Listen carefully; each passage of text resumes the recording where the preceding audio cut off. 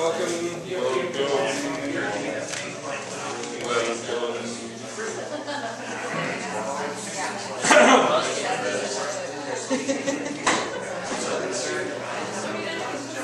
Paul, how was your day?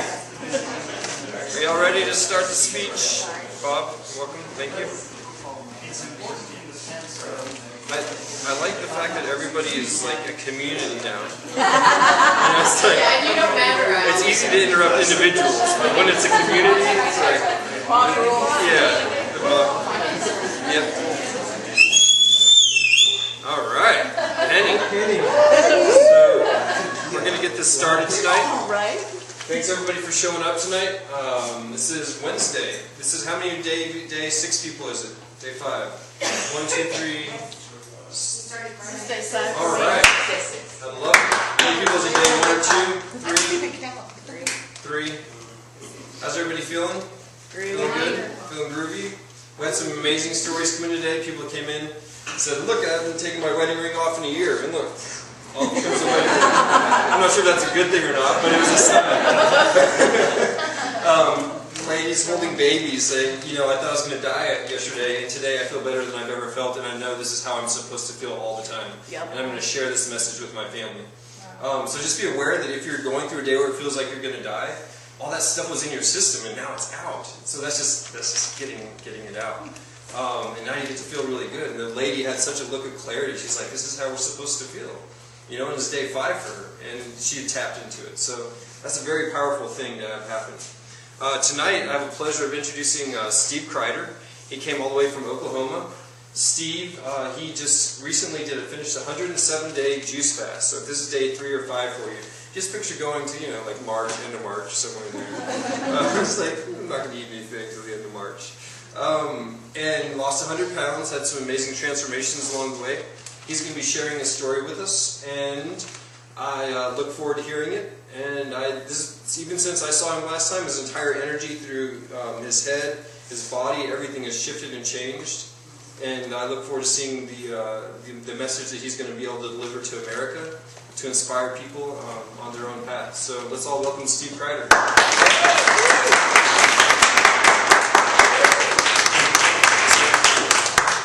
Hi guys. Hello. First of all, thank you for coming out on a Wednesday night. So, and coming to see me speak. I really appreciate that. I'm sure the Lord will forgive you for one day to hear about progress your health and be healthy.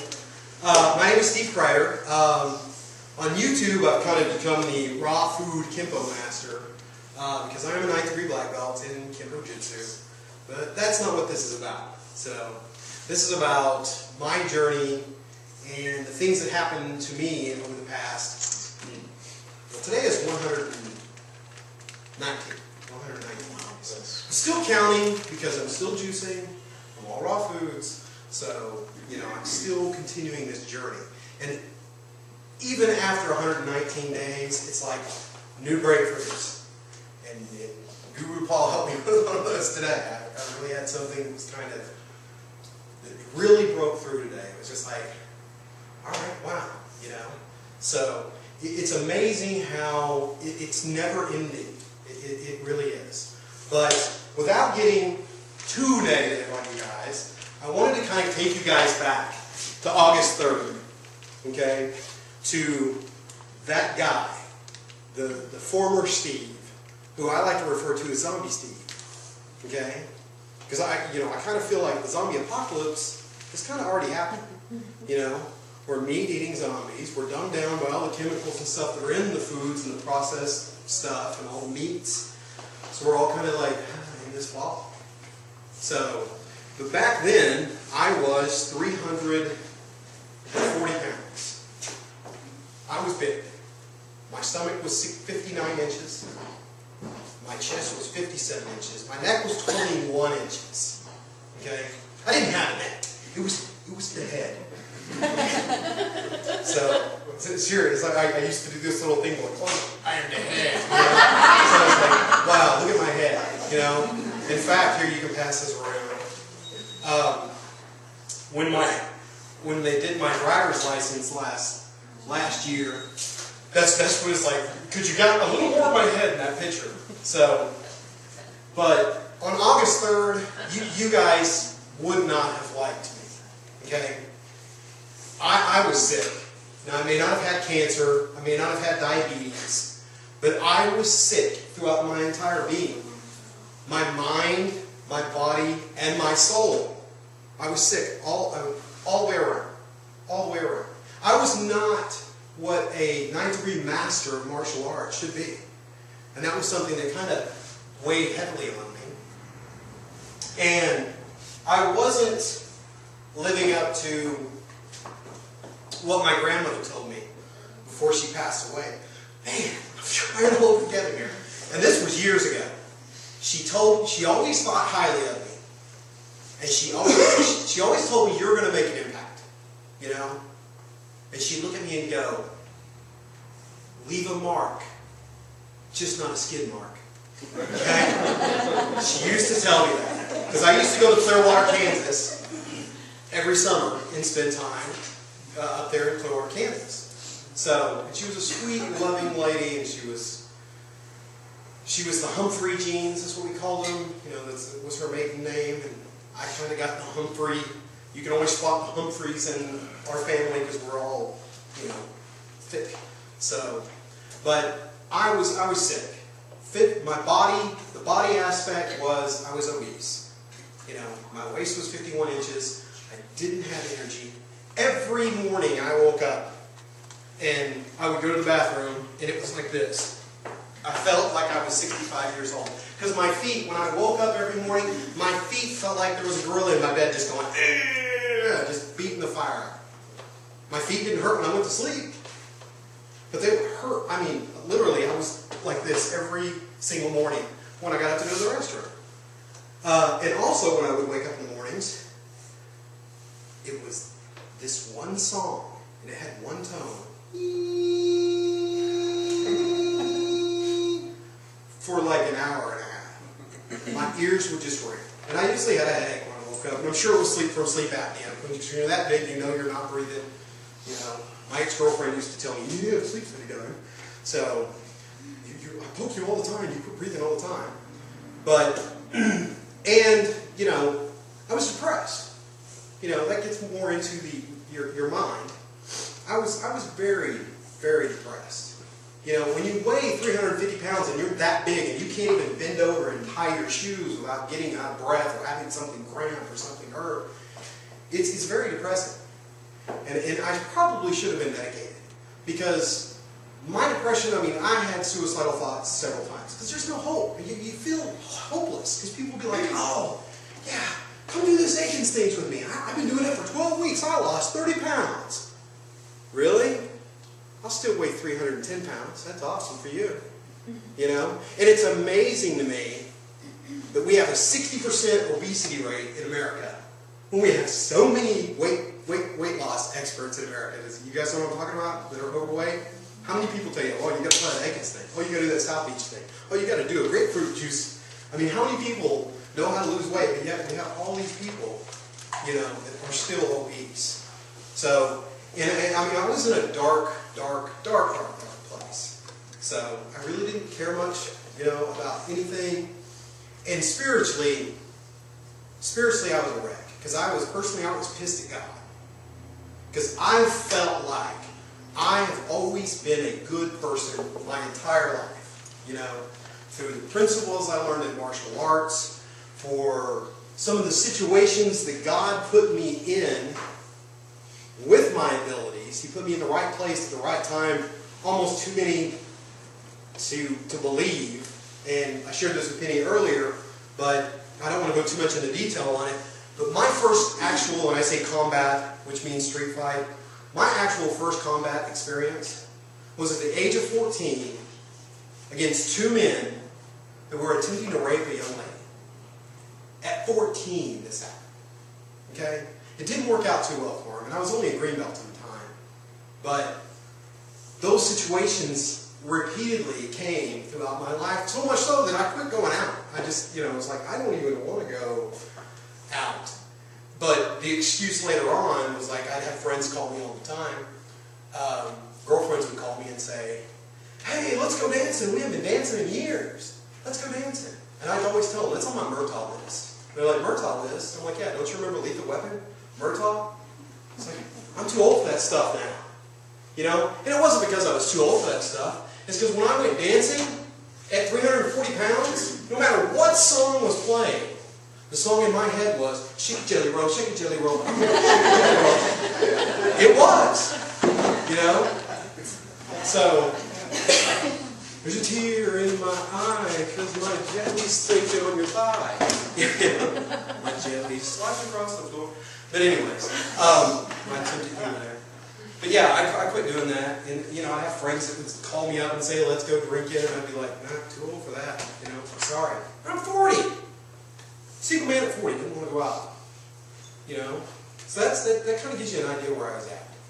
You know, the laws of karma and stuff, I really got angry with my father one day we were having this heated debate in my office. And he finally looked at me and he said, why are you so angry? I was like, because you lied to me, Dad. Karma's a lie. It doesn't exist. Really? You know, I told him that. I was like, they just, like, I don't believe in that anymore.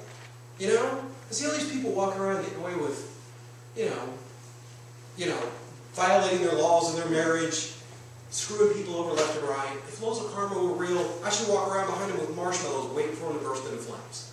I mean, really, seriously. I quit believing in all that stuff. And I got so depressed.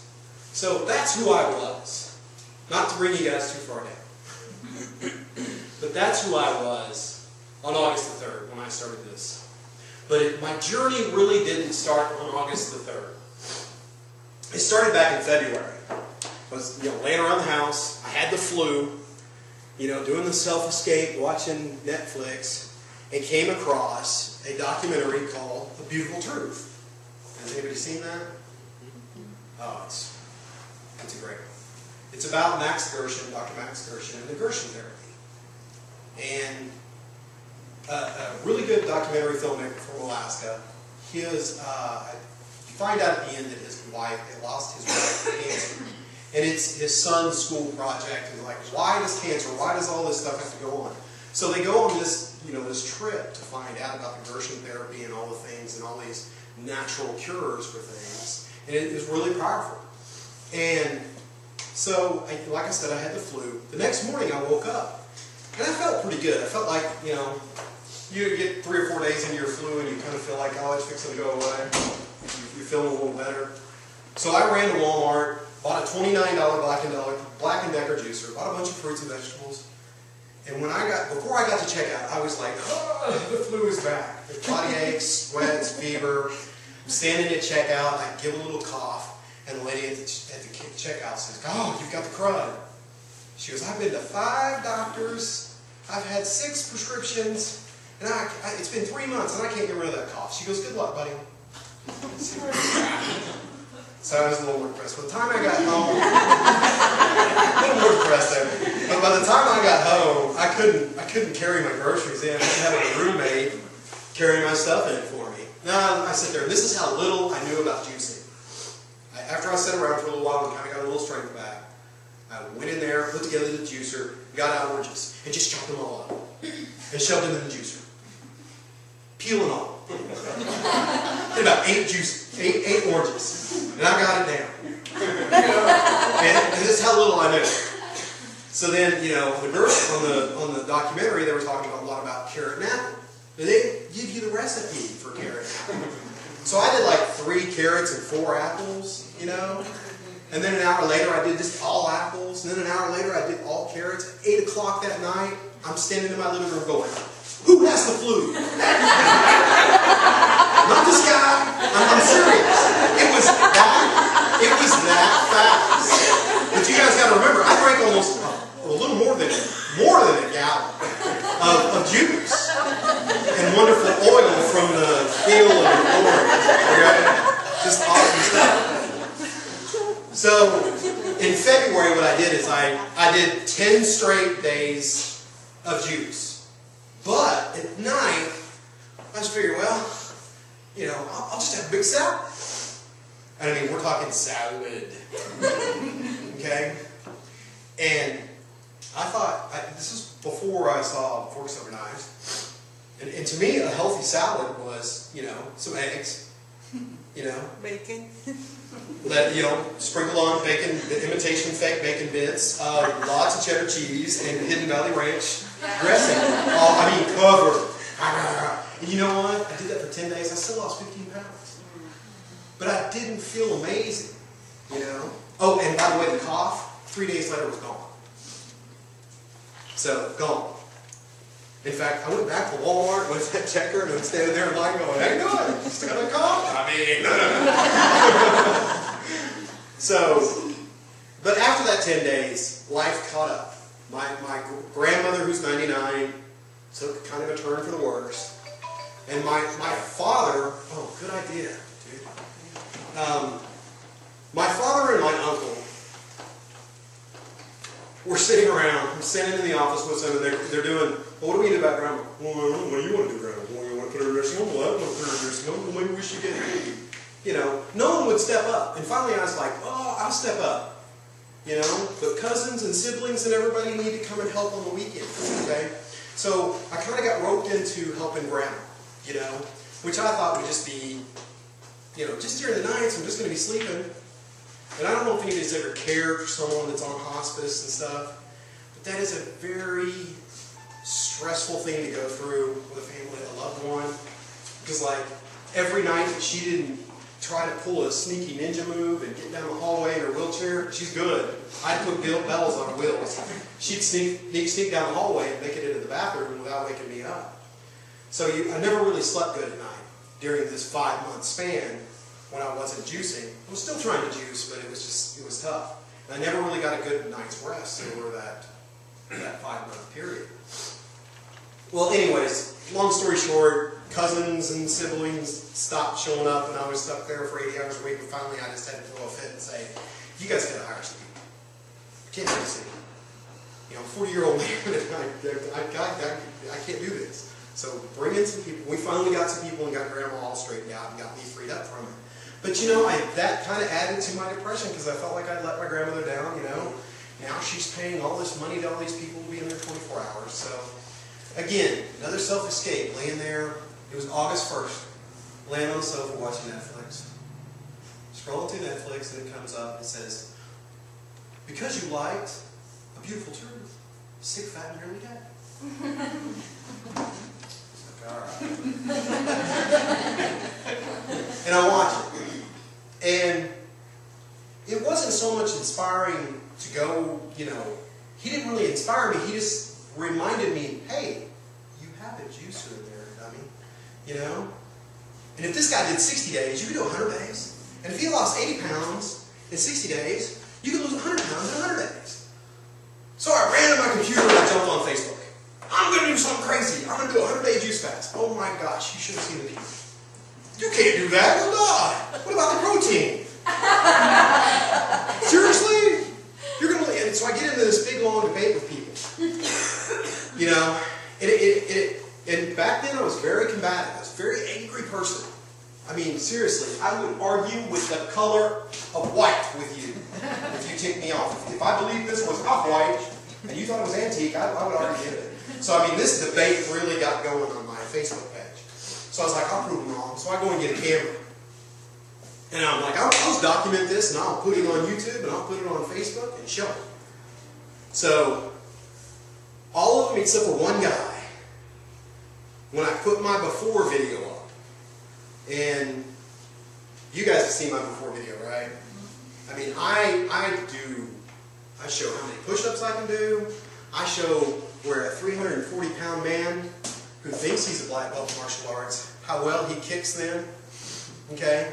And I looked like a 340-pound guy trying to do kicks. And then I took my shirt off. So everybody chilled out, except for one guy. And he kept going at it. What about protein? Dude, really? And so I do a video on juice. And this is something that I think all of you should do. If this is something you're going to continue after your cleanse, if you're going to do this is something that helped me so much, and I'm so glad I did it when I first started. I may have left this page in. Hold on. Yeah, I didn't. This is the actual page. This is just the vegetables. So I wrote down everything that I was juicing. How much went on to nutritional self-data and looked up all the information. Now, I can tell you what it is, but until you sit down and write down and put it in columns and do that mind-body connection and let your body and your mind know that you are getting this. Especially when you look at a bag of spinach and then you go look at ground beef, 10% ground beef, what I used to think was healthy meat to eat because it didn't have a lot of fat in it. It didn't splatter all the place when you're browning it up. When you look at the comparisons of that food versus this food, it's mind-boggling. But it's like, I found that calories, I was getting 1,600 calories from drinking just fruits and vegetables. I was getting 400 carbohydrates. I was getting 49 grams of protein. You're not going to get enough protein. You're going to lose muscle mass. It's like, really? So, calcium, 1,200 milligrams. Potassium, 10,000 milligrams.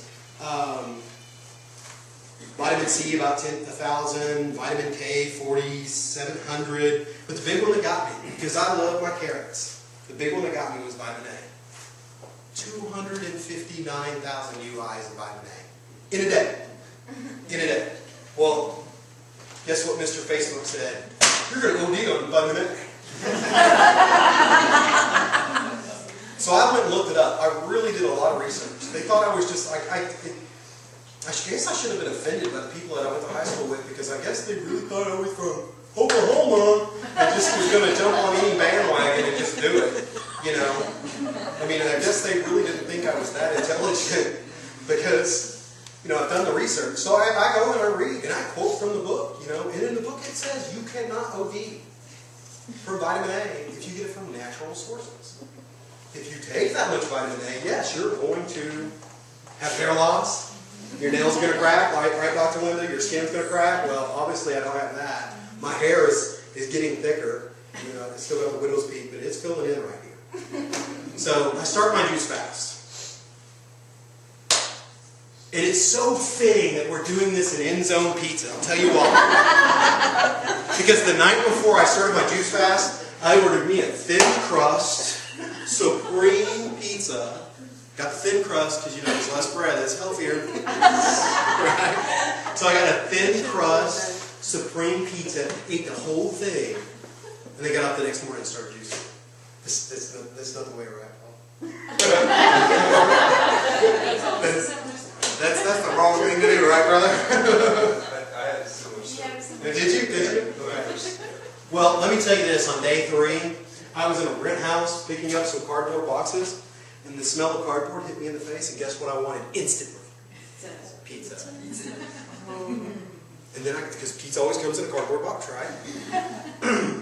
And then I started getting headaches, and I just was like, I cut out food, I quit smoking, and I quit drinking coffee on the same day. Now, I'm not too proud of this. I did have to go get a smoke, because it was to a point where I was like, cross me someone, please. It's like, I'm gonna, So, I had to integrate a few things back in, okay? Until about day 20, and then I got the caffeine cut back out again. And then slowly got working on the nicotine thing. So, and that's still a working in progress. Because when I got to town today, the first pickup truck I got behind, the guy in front of me was out the window, and I had my windows down because it was just so, I drove here coming, from the north, and the sun was beating on me, and that smell of smoke hit me, and I was just like, there's a convenience store, really? But I didn't I go straight to the virtual market. So, but it was like, wow, it's been weeks, and I'm like, wanting it. But anyways, but that was my first hurdle. That was about day 3. I'm sure day 3, you guys, 5 days, day 3 was tough for you? Was it easy?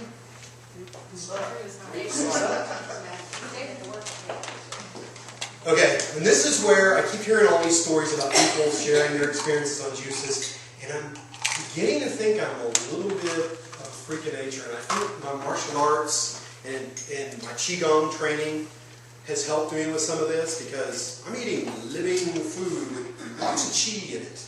There's lots of energy in food. You know, I'm absorbing that. Because day 3, that was the hardest day. And then after day 10, no more cravings, no more headaches, no more nothing. The first thing I noticed, I think it was day 11. I get out of bed, and I'm going to the bathroom. And I'm like, what? My feet don't hurt. And from that moment on, I was just like Forrest Gump. If I was going somewhere, I was walking fast. I mean, I was everywhere I went, and this was me. From day 11, I was just moving. A friend of mine's, one of my best friends, his nephew's like 18, 19, he works at Walmart. And I'm power walking through Walmart. And he's walking beside me going, what's going on, Steve? Are you in a hurry?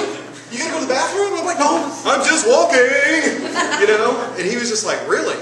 He goes, wow. He's like, who's this 340-pound guy just going? So, and on day 10, I weighed in. It was 17 pounds in 10 days. No, I take that back. I weighed in on day 7. It was 7 days I lost 10 pounds, or 17 pounds. In 7 days. So, I mean, that was like, really. How much have you lost, sir? I gained it back. Oh, come on. We'll get you going. So, the next day I get up, and I fly out of bed. And I'm like, wow, I feel really good. Then the next day I get up. It's like, I feel like a kid again. And then the next day I get up, and I'm like, never felt this good in my life. Are you kidding me? And I kept trying to do different exercises. I mean, I was still learning so much. I didn't know about rebounding at the time. You know, but I felt this need to balance. So I start dancing in the living room. I figure I'll dance for 20 minutes. The roommate will be home in about an hour. And I'm dancing. Just put on some music and, I mean, good, bouncy music. I mean, good music every day. You guys should do it. Every morning put on good music and just make your juice or your raw food and get that music going. The music is good for your soul. Anyways, roommate was supposed to be home in an hour. An hour later, he walks in the door and I'm doing the margarita. And he's like, really? I used to walk in the door and you're either asleep, playing video games, you know, or, you know, passed out watching a movie. And I walk in and you're doing, are you smoking crack? Really? And then this is a young kid. He was used to seeing me just, you know, all the time. And here I am just bouncing off the wall. Funny thing about the margarita, it can get you out of a ticket. True story. I took my parents, this is like 3 weeks ago, I took my parents their juice, and I was trying to start a compost pile. My father didn't realize that I was going to start a garden in his backyard, so he kind of nixed that, but I was starting a compost pile in his backyard. And when I jumped back in the car, the margarita was on, and I just drive off towards my house. It was like a Sunday morning, and I'm doing the margarita driving down the road, and this cop, I passed this cop, and he gets right in behind me, and I was like, oh man, I forgot to put on my seatbelt. And he walks into the car and he goes, you know why I pulled you over? I was like, yeah, probably. Why don't you go ahead and tell me? He's like, well, you're not wearing your seatbelt and you have a tail light out there. You got a reason why? You want to tell me why? I was like, dude. I turned up the radio. I was like, I was doing the margarita.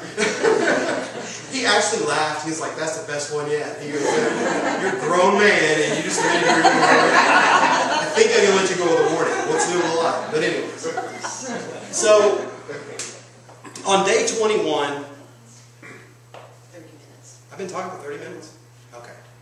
Are you telling me to wrap it up? Yeah.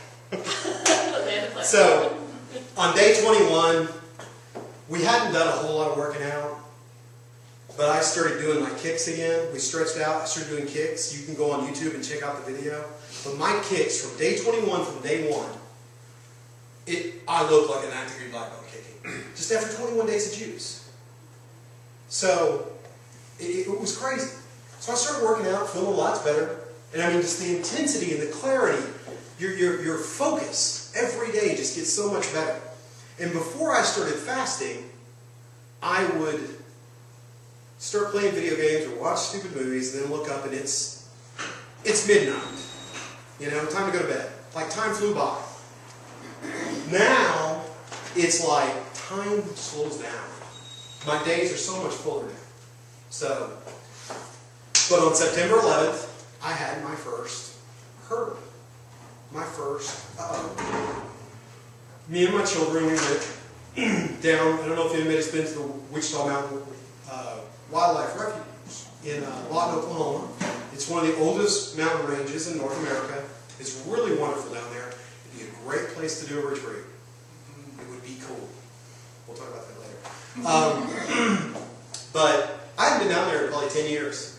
And I mean, the mountains aren't huge, but when you get on top of one, there's boulders bigger than this room. I mean, it's just, they're massive. They're bigger than houses. It's an ancient place. And it's just my favorite place in nature. So me and my children, we go down there and we go hike up a mountain. First of all, we get to the trailhead. There's a sign that says, the Karen's Gardens Wilderness Area is closed due to excessive heat. And I'm like, we're not going to Karen's Gardens. We're going up Elk Mountain. Karen's Gardens over here. Karen's right here.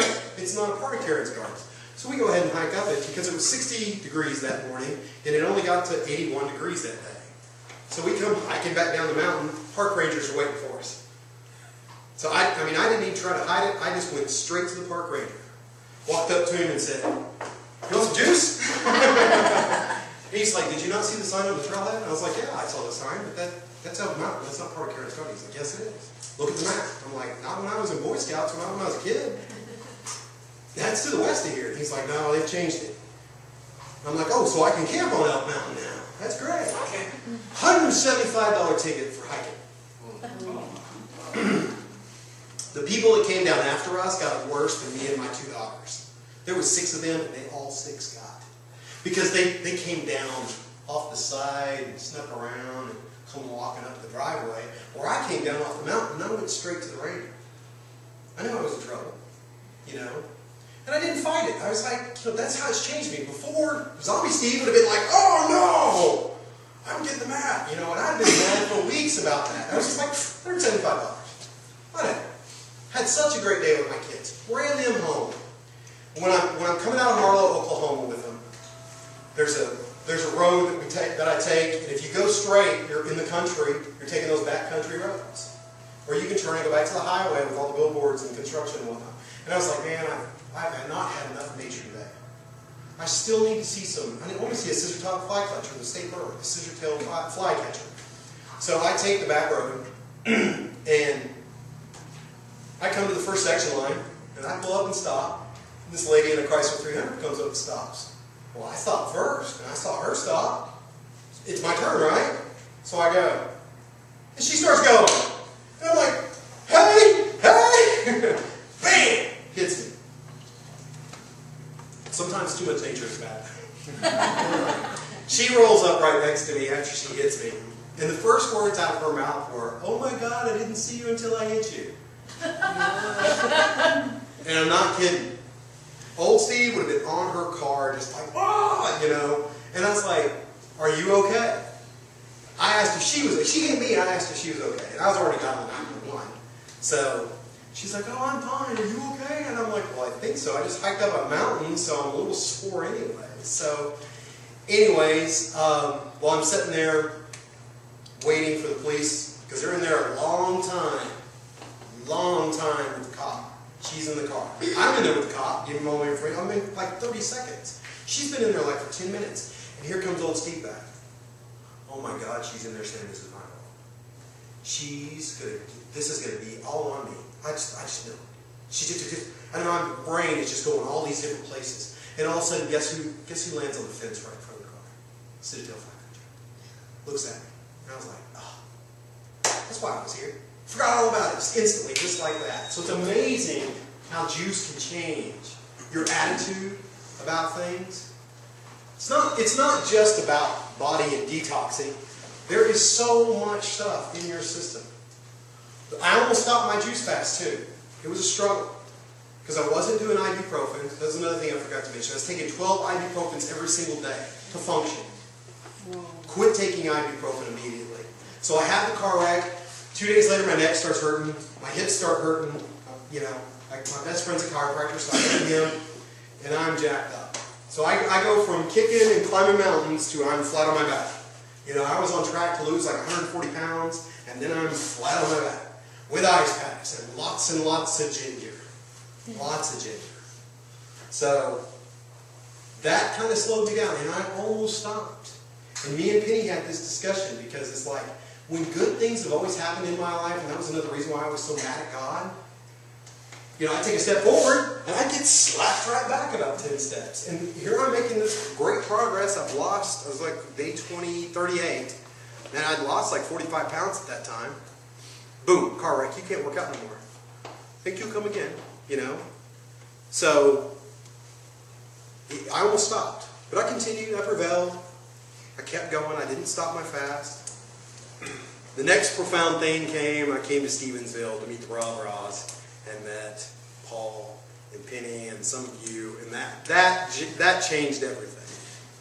I mean, you know, I don't know who was there at the potluck that day. I mean, when Paul asked me to speak, and then Penny came to me afterwards, it was just like, wow, I know I'm on the right path, you know, of doing this. And the universe sends you signs telling you when you're on the right path. I was like, well, I got to get some kind of personal training certificate, something going on. I called the company, 1-800 number, called the company. Tell me about this personal training stuff. I need to know about this. And the guy's like, well, who are you? And tell me a little bit about you. I was like, well, okay, I'll tell you a little bit about me. I'm on a 100-day juice fast, yada, yada, yada, blah, blah, blah, I lost this much weight. And the guy's like, oh my God, really? Me and my wife have been talking about doing a juice fast for the past month. By the time I got off the phone with this guy that was supposed to be selling me a juice fast, he had gone online, gone to my videos, subscribed to my channel, and decided to go on a juice fast. And didn't sell me a personal trainer's course. But I sold him on juice fasting. So that's kind of how I knew I was on the right path. Now, towards the end of my fast, it was getting really difficult. I was craving raw foods again ever since someone was like, yeah, it's time for you to end your fast. I can tell, it's time for you to end your fast. You need to eat, man. So somebody put that in my brain. It kept building. Each day when I got closer to 100, in fact, I knew I was ready to end on day 105. I'm making the super smoothie for my mom. It requires bananas. I'm peeling a banana. And I go, and I'm like, what am I doing? You know? So I'm like, it's time for me to stop my juice fast. Okay? But I just wanted to pass these pictures around real quick to kind of show you guys. Penny keeps giving me the look like, man, you're talking way too long. But to give you the raw numbers, I lost 100 pounds. My neck was 21 inches. It's now 16, well, it's now 16 and a half. So my chest was, and it's hard for me to comprehend this now for some reason. Because I don't remember looking down and seeing boobies all the time on my chest. My chest was 57 inches. Okay? It's now 44. My stomach was 59 inches.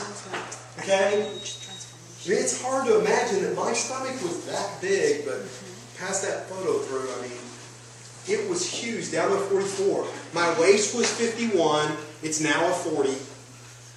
This was a belt that used to fit.